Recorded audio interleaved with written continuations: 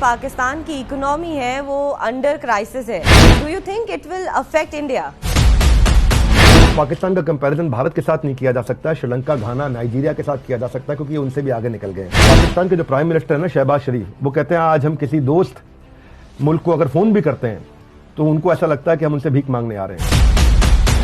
जितनी इनकी कमाई है उसका 50% ये ईएमआई भी नहीं, इंटरेस्ट चुकाने में लगा देते हैं। आज पाकिस्तानी रुपये 275 रुपए डॉलर का है, हमारा रुपये 81 रुपए डॉलर का है। प्रिय पाकिस्तान, हमारी छोड़ो, अपना रखो ख्याल। गाड़ी में पेट्रोल भरवाने के लिए भी बेचनी पड़ सकती है आपको किडनी, अगर ऐसा ही रहा आपका हाल। बिजनेस की फील्ड में इंटरेस्ट है तो ये नामुमकिन है कि आपने डॉक्टर विवेक बिंद्रा का नाम नहीं सुना होगा। India's top business coach and motivational speaker is here with us today on TV9 Bharatvarsh. Welcome, Vivek. धन्यवाद, thank you very much Divya Kochar ji. Vivek ji, you are a business coach and you understand money matters very well. तो इसी से related एक सवाल है मेरा आपके लिए कि जो पाकिस्तान की इकोनॉमी है वो अंडर क्राइसिस है, तो what you think, what went wrong for them and do you think it will affect India? Affect India तो हाँ, नेचुरली कुछ अफेक्ट तो इंडिया को करेगा क्योंकि अब पाकिस्तान जब ज्यादा कमजोर होगा, जैसे कि यूएस से अब हट करके चाइना का वहां पे इंटरवेंशन बढ़ा है। चाइना आज अपना 30% आर्म्स का सप्लाई एक्सपोर्ट वहीं कर रहा है। पाकिस्तान का मैक्सिमम एम्यूनेशन सारा चाइना से आ रहा है। पाकिस्तान जितना कमजोर होगा, चाइना वहां पे उसको और ज्यादा मजबूती से और अंदर प्रवेश कर जाएगा और उनको पैसा देगा और कर्जे के ट्रैप में फंसाएगा और पूरी की पूरी इकोनॉमी को कंट्रोल करेगा चाइना पाकिस्तान की, जैसे उन्होंने श्रीलंका के साथ में किया। तो वो हमारे को तो इम्पैक्ट करेगा जब चारों तरफ से हमारे दुश्मन बढ़ते हैं। वैसे पक्का ये आपने पूछा पाकिस्तान के विषय में, पाक ने कटवाई अपनी नाक। उसका नाम अब पाकिस्तान नहीं, राखिस्तान या राख, यानी कि राखिस्तान या खाकिस्तान, खाक हो जाना चाहिए। क्योंकि इस समय मैं सबसे पहले कहना चाहता हूं, पाकिस्तान का कंपैरिजन भारत के साथ नहीं किया जा सकता, श्रीलंका, घाना, नाइजीरिया के साथ किया जा सकता है क्योंकि ये उनसे भी आगे निकल गए हैं। पाकिस्तान में लाखों लोग मेरे वीडियो देखते हैं, मैं नहीं चाहूंगा पाकिस्तान डूब जाए, पर एक बार किसी ने, मैं चुटकुले से समझाता हूं आपको, कि सोनू नाम का एक लड़का था, उसने पूछा एशिया का सबसे अमीर देश कौन है, तो मोनू ने उसे कहा कि पाकिस्तान सबसे अमीर है। तो सोनू ने पूछा ऐसा क्यों, तो मोनू बोला यार क्योंकि वो 300 रुपए किलो चावल खाते हैं, 500 रुपए किलो टमाटर खाते हैं, 250 रुपए के लीटर पेट्रोल डलवाते हैं और जो है दूध भी पीते हैं 300 रुपए लीटर। तो यानी कि वहां सब कुछ इतना महंगा हो चुका है। पाकिस्तान के जो प्राइम मिनिस्टर है ना, शहबाज शरीफ, वो कहते हैं आज हम किसी दोस्त मुल्क को अगर फोन भी करते हैं तो उनको ऐसा लगता है कि हम उनसे भीख मांगने आ रहे हैं। हम दूसरे देशों से हाथ मिलाते हैं, ये उनके आगे, हम यानी कि इंडिया दूसरे देशों से हाथ मिलाते हैं। जो हमारे प्रधानमंत्री, ये दूसरे देशों से हाथ नहीं मिलाते, उनके आगे हाथ फैलाते हैं। फर्क बड़ा आ गया। आपको बताया तो फेडरल मिनिस्टर ऑफ प्लानिंग जो है उनके अपने एहसान इकबाल, वो कहते हैं कि मैं नेशन को कह रहा हूं कि भाई चाय कम पियो। उस समय यूएस सेक्रेटरी जो हुआ करती थी मेडेलिन एल्ब्राइट, 26/11 में 2008 के अंदर जब उन्होंने हमला किया था, तो बोले पाकिस्तान जो है वो इंटरनेशनल माइग्रेन है। और आज 2008 से 15 साल के बाद आज भी ये बात उतनी ही सच है क्योंकि इतनी अनस्टेबल गवर्नमेंट रही, एक्सट्रीम करप्शन रहा है वहां पे। पाकिस्तान की सबसे बड़ी दिक्कत क्या है सोचो, सबसे बड़ी दिक्कत पाकिस्तान की है कि वो डिटर्जेंट की ऐड आती थी, तुम्हारी कमीज मेरी कमीज से सफेद कैसे। ये अपने गिरेबान में मत झांको, हिंदुस्तान को कैसे बर्बाद करे, बस इसी की राह ताको। इसीलिए खुद के पैरों पे खड़े होने से ज्यादा उन्होंने सारा ध्यान भारत के पैरों को कमजोर करने पे लगाया। पाकिस्तान अपने पांव गंवा चुका है। कोई भी देश अपने इकोनॉमिक पावर को मजबूत करे, उससे मिलिट्री पावर मजबूत होती है। ये उल्टा चलते हैं, ये मिलिट्री पावर को मजबूत करते हैं, इकोनॉमिक पावर को मजबूत नहीं करते। देखो मैं आपको समझा देता हूं, वैसे देवी जी आप समझो दिव्या, कि मिलिट्री सपोर्ट को आप खरीद सकते हो, इकोनॉमिक सपोर्ट खरीद नहीं सकते, वो उधार लेना पड़ता है। दोबारा समझाता हूं, आप आर्म्स, आप जो है, आप तीनों तरह की जो आपकी सेना होती है, जल वायु थल, तीनों प्रकार की सेना जो है, उसको आप खरीद सकते हो बाजार से, पूरी दुनिया से, लेकिन पैसा आप खरीद नहीं सकते, पैसा उधार लेना पड़ता है। तो ये आज दिक्कत क्या है कि इनको पैसे से अगर ये मजबूत हो जाते हैं तो दुनिया से आर्म्स खरीदते हैं। ये आर्म्स खरीदने में पैसा लगाते हैं, पैसा दूसरों से उधार लेना पड़ता है। ये हमारा हमसाया मुल्क है पर दूसरों के पैसों पे जीता आया है। हमसाया मुल्क है, दूसरों के पैसों पे जीता आया है, कभी चीन, कभी अमेरिका, कभी आईएमएफ, और उसका इस्तेमाल भी अपने विकास की जगह दुनिया को नाश करने में लगाता आया है और दूसरों के पैसों पे जीता है। जो पी है ना पाकिस्तान में, वो ऐसा है दिव्या, समझो परेशान पड़ोसी, वो है पी।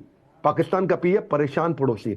दिव्या आपके घर के आसपास जरूर ऐसे पड़ोसी होंगे जो बड़े फ्रस्ट्रेटेड नेबर होते हैं, बालकनी में बैठ के देखते रहते हैं कि पड़ोस के घर में क्या नया आया, कौन सा फ्रिज आया, कौन सी गाड़ी आई, कौन सा टीवी आया। हमारे पास, भारत के पास दूरदृष्टि है, इनके पास दूरबीन है। हाँ, ये हमारी दूरदृष्टि, हम विजनरी है, ये दूरबीन से बैठ के देखते रहते हैं। और इनके पास जो दूरबीन है हमारी सक्सेस को नोट करने में, ये पूरी तरह से लीन है। पाकिस्तान एक फास्टेस्ट ग्रोइंग इकोनॉमी हुआ करता था 1960-70 में। आज 22 करोड़ लोग उनके बिना बिजली के जी रहे हैं, अब उनको भीख भी नहीं मिल रही। 75 साल की आजादी के बाद पाकिस्तान का यह हाल है। दूसरे देश को फूकने के लिए अपना पैसा जला दिया, आज इनको वक्त पे पैसा मिलने के लिए हर आदमी ने रुला दिया। पाकिस्तान क्या कहता है? If one can do let him do, if none can do how can I do. तो पाकिस्तान सोल्यूशन ओरिएंटेड नहीं है। साउथ एशिया की सबसे कमजोर कड़ी, कर्जों पर इनकी इकोनॉमी खड़ी। आज क्या है, जो नॉम चोकसी जो है यूएस इंटेलेक्चुअल, पाकिस्तान कभी भी भारत की सैन्य शक्ति की बराबरी नहीं कर सकता है, वो कहते हैं ऐसा। लेकिन ऐसा करने के चक्कर में उसने अपने देश का बेड़ा गर्क कर दिया। ये लोग इंडिपेंडेंस के टाइम पे अपना देश मांगते थे दिव्या, पर आप देश को चलाना हो रहा है भारी, और मांगने की आदत आज भी है इनकी जारी।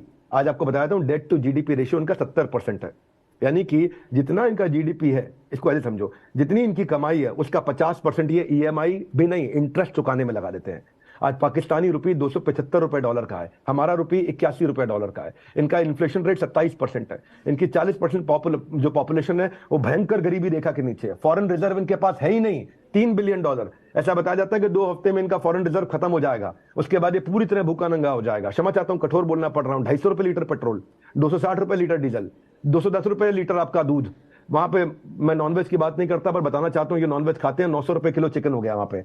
प्रिय पाकिस्तान, हमारी छोड़ो, अपना रखो ख्याल। गाड़ी में पेट्रोल भरवाने के लिए भी बेचनी पड़ सकती है आपको किडनी, अगर ऐसा ही रहा आपका हाल। तो इसलिए मैं कह रहा हूं, आईएमएफ जिनके पास ये गए हैं, उन्होंने $6 बिलियन जो उनको 2019 में बताया था, अब उसको बचा हुआ $1.1 बिलियन देने के लिए मना कर रहे हैं। पाकिस्तान में भारी शर्तें लगा रहे हैं। और आज ये अगर इनको आईएमएफ ने पैसा नहीं दिया तो उनको खुद पैसा रेज करना पड़ेगा, टैक्सेस ज्यादा लेके।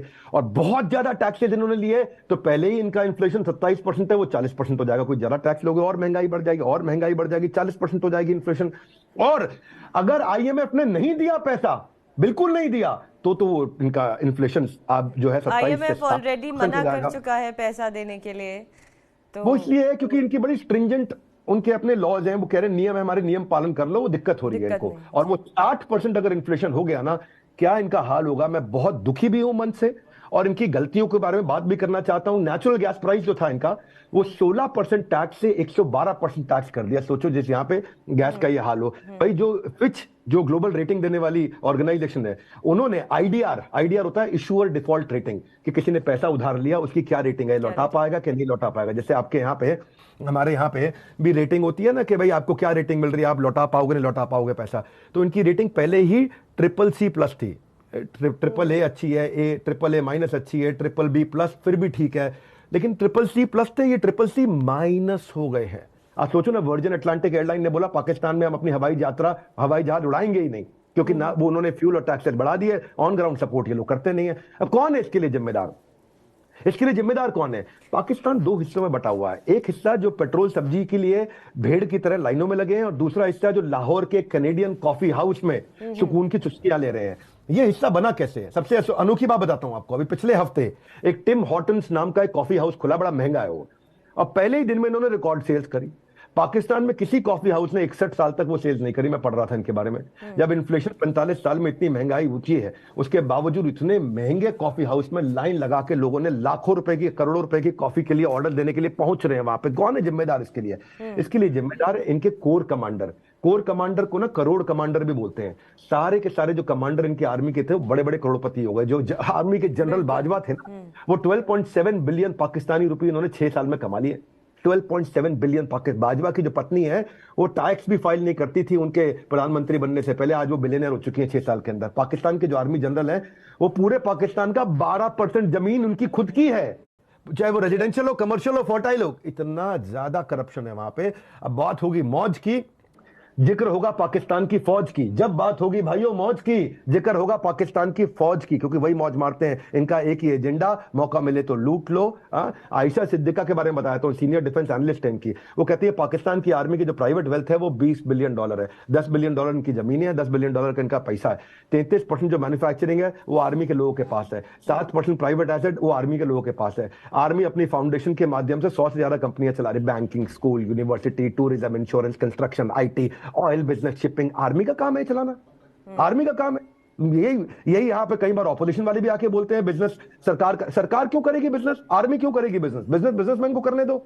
देखो चक्कर क्या, मैं बताता हूँ सिर्फ असर क्या आता है आपको, उसने कर रही आर्मी करने दो, आपका सवाल होना चाहिए, मैं समझाता हूँ। जब सैया भय कोतवाल तो डर काहे का। भाई जब आपका पति ही कोतवाल है तो आपको डर किस चीज का लगेगा। जब आर्मी बिजनेस कर रही है चोरी करके रख ले, क्योंकि आर्मी पकड़ने वाली होती है, वो पकड़ेगी। बेनजीर भुट्टो को देखो ना, $1.5 बिलियन उसने, इमरान खान को देखो, उन बेनजीर भुट्टो $1.5 बिलियन का, इसको देखो बहुत छोटा काम किया इमरान भाई ने। क्या किया इन्होंने, $2 मिलियन के इनको गिफ्ट मिले थे, वो जो आपके सऊदी क्राउन प्रिंस है मोहम्मद बिन सलमान, उन्होंने इनको एक एंटी घड़ी दी थी, एक गोल्ड का पेन दिया था, एक अंगूठी दी थी और शर्ट में लगाने वाले कफलिंग दी। ये भाई उनको भी बेचा है, दिखाता है उसकी मैं क्या करूंगा गोल्ड के पेन का, इसको बेच के पेन से मुझे लिखना क्या है, हम लोग लिखने पढ़ने वाले, पैसा दे दो हमारे को।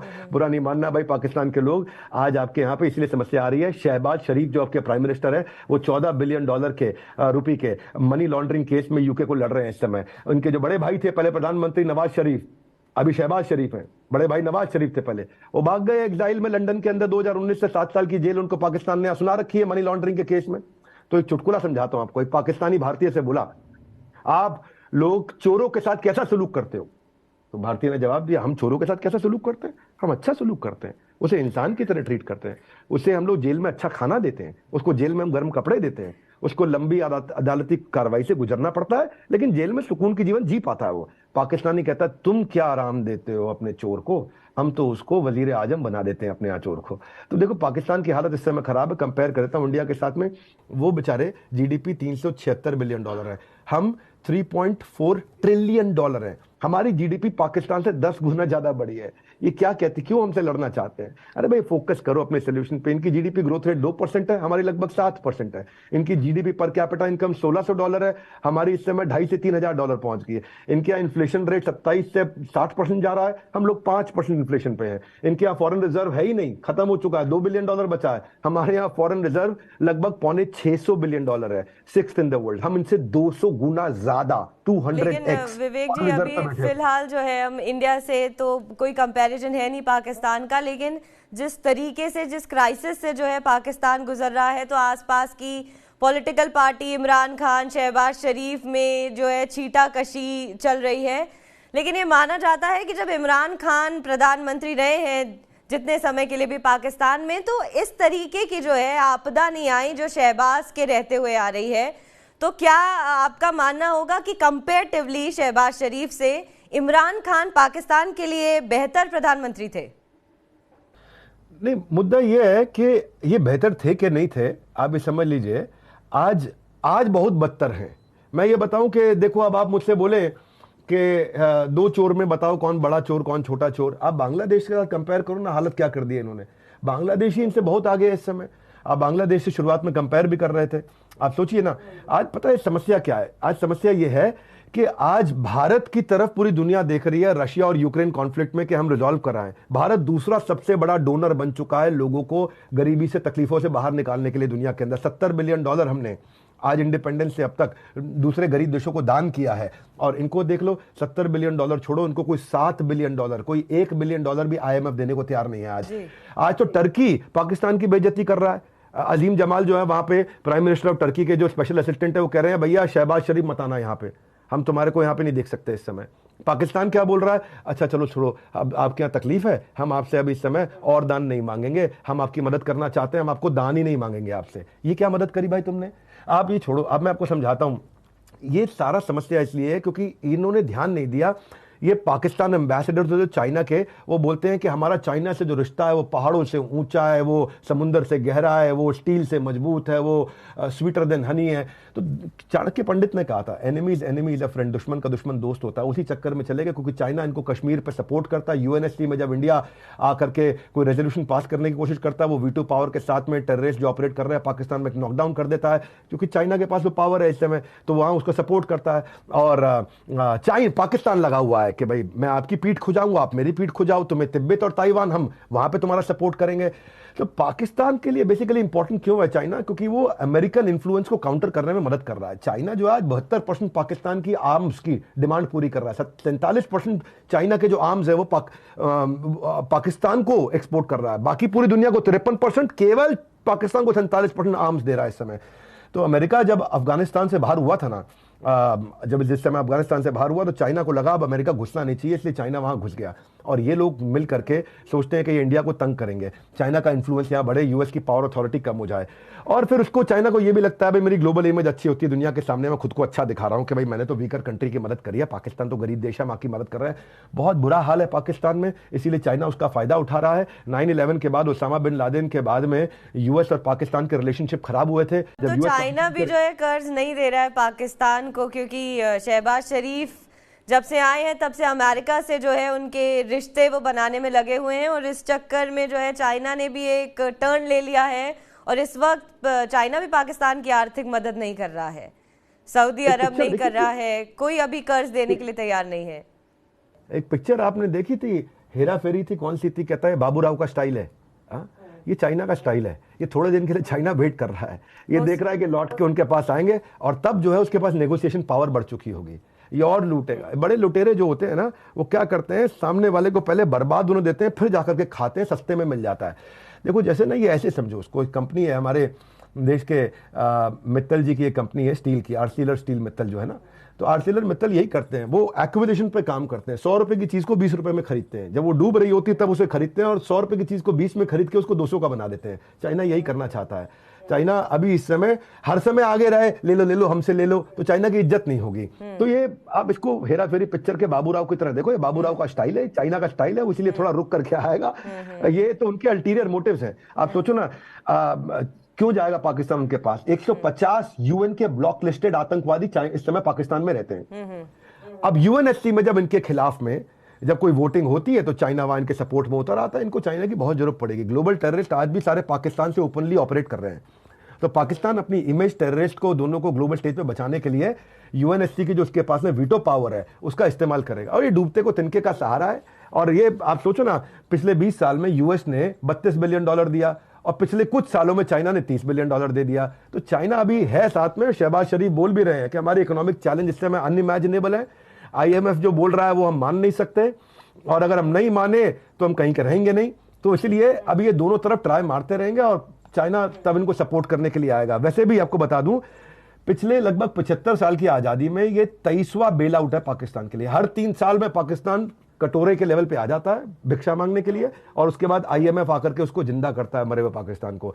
तो 75 साल में 24 बार इस समय ये अब तक जाकर के आईएमएफ से बेल आउट ले चुके हैं। पूरी दुनिया में इतना बेल आउट किसी ने नहीं मांगा, पूरी दुनिया में ये एकमात्र ऐसा देश है जो हर 3 साल में बैंक करप्ट होने के एवरेज निकाल के बता रहा हूं। ये नहीं कह रहा हूं हर तीसरे साल होता है, पर एवरेज हर 3 साल में खत्म हो जाता है। सऊदी अरेबिया से ये कोशिश कर रहे हैं अभी 4 बिलियन के लिए, यूएई से कोशिश कर रहे हैं 1 बिलियन के लिए, और चाइना को ये 1.5 बिलियन के लिए रिक्वेस्ट कर चुके हैं। 1 बिलियन के आसपास आईएमएफ से भी ट्राई कर रहे हैं।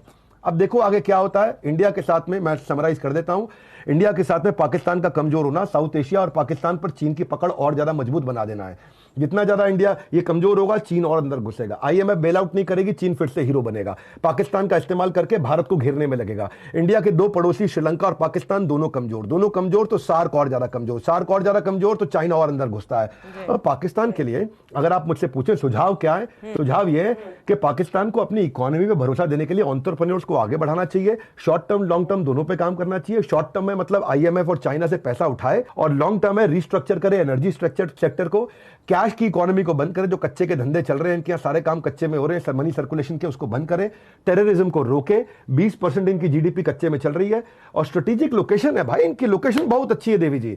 ये साउथ एशिया, सेंट्रल एशिया और वेस्ट एशिया के बिल्कुल बीच में बैठे हैं, रीजनल इकोनॉमिक हब है ये। अगर वहां इंफ्रा अच्छा कर दें और ग्लोबल ट्रांसपोर्टेशन के लिए इंफ्रा अच्छा कर दें, सड़कें बनाए जहां से क्रॉस बॉर्डर ट्रांसपोर्टेशन और बिजनेस अच्छा हो, तो और रेवेन्यू जनरेट करेंगे। एक्सपोर्ट इनके हो नहीं रहा, उसको कराएं ये, जिसके कारण खत्म हो गया। लेकिन जिस तरीके का टेररिज्म बढ़ रहा है, अब तो इनके साथ वो सिलसिला हो गया है स्नेक्स इन द बैकयार्ड। तो जो है टीटीपी से लेके सारे इनके उल्टे हो चुके हैं। तो इस दौर पे ना तो कोई बड़ी कंपनियां पाकिस्तान में इन्वेस्ट करना चाहती हैं, ना अगर आप खिलाड़ियों की बात करें तो वो पाकिस्तान में जाके खेलना चाहते हैं। तो ये भी एक जो है बहुत बड़ा डार्क साइड है पाकिस्तान का, कि अगर वो चाहें भी तो जो निवेशक हैं वो आने से कतराएंगे जिस तरीके का। बिल्कुल नहीं आएंगे दिव्या, आपने बिल्कुल ठीक बोला। इस सब ना लीडरशिप पर डिपेंड करता है। जब लीडरशिप मजबूत होती है तो चीजें अच्छी होती है, लॉन्ग टर्म होती है। मैं बहुत सालों के बाद हमारी इस वित्त मंत्री की तारीफ इसलिए करता हूं क्योंकि इन्होंने बांटने की की जगह लॉन्ग टर्म इंफ्रास्ट्रक्चर में पैसा लगाया है, जिससे इकोनॉमी बचती है। बांटने से इकोनॉमी घटती है। 1 रुपए की रेवड़ी बांटो, 90 पैसे की इकोनॉमिक एक्टिविटी होगी, और 1 रुपया इंफ्रास्ट्रक्चर पर लगाओ, 3.5 रुपए की इकोनॉमिक एक्टिविटी होगी। इन्होंने, जो हमारी सरकार ने अच्छा काम किया है, मेरे लिए ये वित्त मंत्री बहुत बुद्धिमान रही हैं।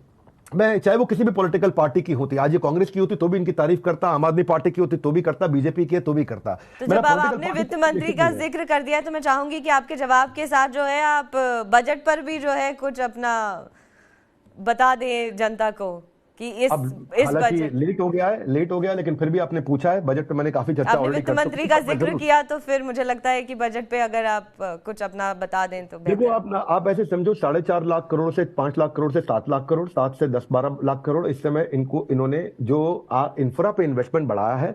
इंफ्रा पे इन्वेस्टमेंट बहुत जरूरी होता है, वही हमारी इकोनॉमिक एक्टिविटीज को पुश देता है। आप सोचो 25 किलोमीटर की छोटी सी नोएडा एक्सप्रेसवे है, उसके कारण 1 लाख मकान बन गए, उसके कारण 25,000 ऑफिस बन गए, उसके कारण मॉल्स बन गए, उसके कारण कितनी इकोनॉमिक एक्टिविटी हुई। तो इंफ्रास्ट्रक्चर में पैसा लगाना ये लॉन्ग टर्म में बहुत बेनिफिट देता है। इस सरकार ने अपनी कमाई को भी बढ़ाया है, 10 लाख करोड़ से लगभग 13 लाख करोड़ का टैक्स कलेक्शन भी इन्होंने किया है।